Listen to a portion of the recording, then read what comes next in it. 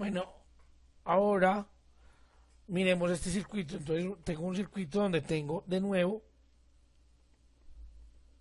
una fuente, digámoslo, un poquito más cercano a lo real. Esto no siempre va a ser así, no siempre, simplemente nos van a dar las fuentes y no nos va a decir que tiene una resistencia interna. Vamos a suponer que la resistencia interna es muy pequeña, en este caso 2 ohmios. Vamos a suponer que el voltaje dentro son 12 voltios. Vamos a suponer, o vamos a seguir suponiendo, entonces, que aquí tengo una resistencia de 4 ohmios.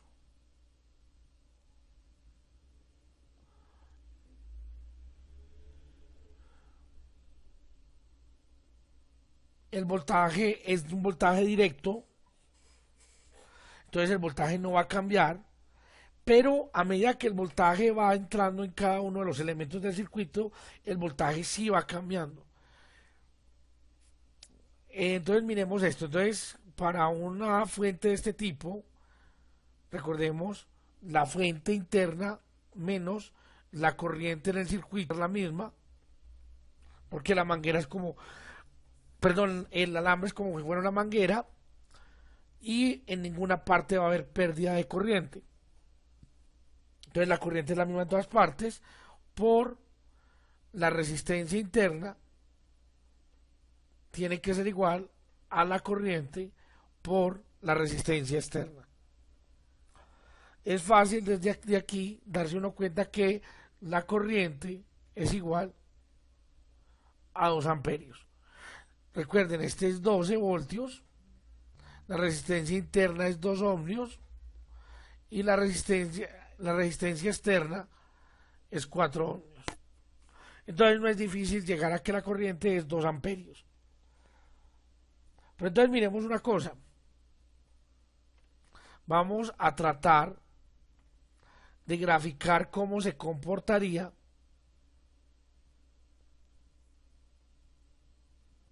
el voltaje.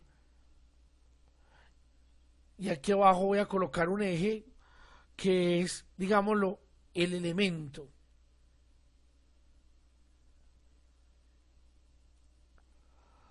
A ver cómo miramos eso, de cómo así que el elemento. Por ejemplo, antes de entrar a la fuente, el elemento tendría el voltaje era cero. Entonces, antes de entrar a la fuente, el voltaje es cero.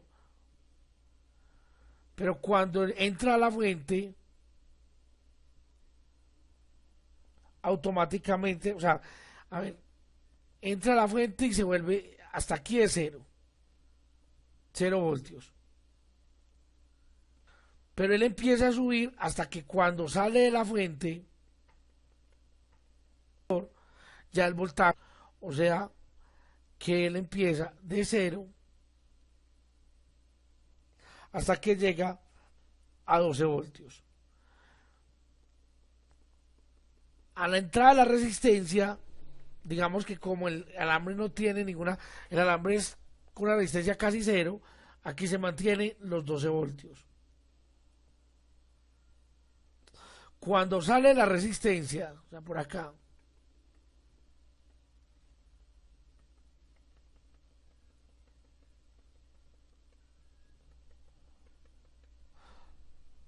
en esa resistencia también es fácil calcular si el voltaje, cuánto es el voltaje que cae en esta resistencia. Vamos a llamar esto un punto A, esto un punto B.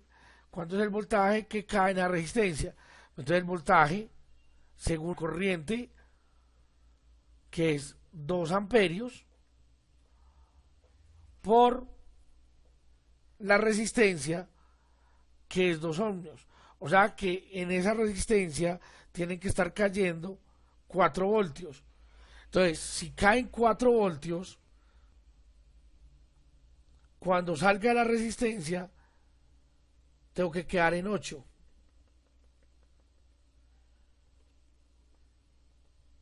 ¿Por qué tengo que caer en 8? Porque cayeron 4 voltios dentro de la resistencia. Ahora sigo y el próximo cambio es cuando entre en la resistencia de 4 ohmios. Hasta aquí se vienen 8 ohmios. Salida de la resistencia, pues tiene que caer todo el voltaje, que aquí el potencial vuelve a ser cero. Entonces el potencial dentro de cada elemento del circuito está cayendo. Pero la corriente, por ejemplo, la corriente se mantiene constante para poder, digamos, lo que en cada elemento caiga cierta cantidad de voltaje.